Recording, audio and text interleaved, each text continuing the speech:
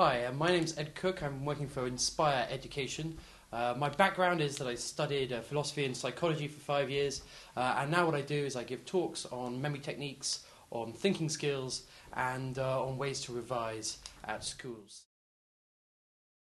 So, the things which I find interesting about human memory, which is something that I've trained in myself, are that, to begin with, you think it's a sort of thing which is kind of grey and boring and inflexible and not very interesting at all. It's a sort of thing which happens unconsciously, which happens quite robotically, and which you don't really associate with things like intelligence, with imagination, with creativity. And what you discover if you train your memory, as I have, is that the art of memory is the art of making things interesting. Now, I think that it's fair to say that in most schools, and for most pupils who fail at school, boredom is one of the major problems. A lack of autonomy, a lack of engagement, a lack of interest in what's happening. And the wonderful thing about memory techniques is that they enforce this kind of imaginative engagement with the world. What does that mean? Well, the thing about imagination is that it has the capacity to turn things from a form where they're kind of grey and boring into a form where they're rich and interesting. So let's give you some examples. So take the Greek word for head, which is kephale. Now this is, as with all words, with all names, with most concepts, to begin with it's just merely a sound. It's not a very interesting thing. It doesn't sort of contain anything which can sort of transform it into something which will attract the imagination, recruit the resources of your brain, and sort of make you amused to do it. But if you imagine a word like kephale as the word carefully, and imagine someone hitting their head carefully against a brick wall, then it's a sort of thing which is quite difficult to forget.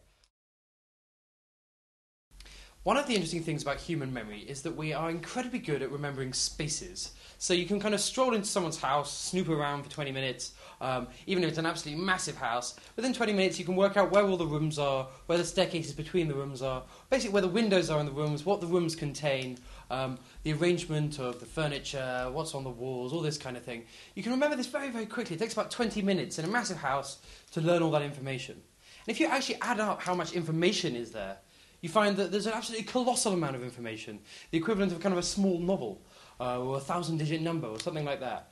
And the art of memory is to transform boring information, which is often things like a novel, its structure that is, or a sequence of numbers, or a load of dates, or a load of factual information about chemical elements, to transform that information into a form which is attractive to our mind, into a spatial form, a form to do with the layout of the world. And the way we do that with advanced memory techniques is we use imagery. So let's imagine we're trying to learn, say, a sequence of British prime ministers. Let's imagine that the first prime minister is Robert Walpole. So Robert Walpole, boring name, very easily slips from the mind.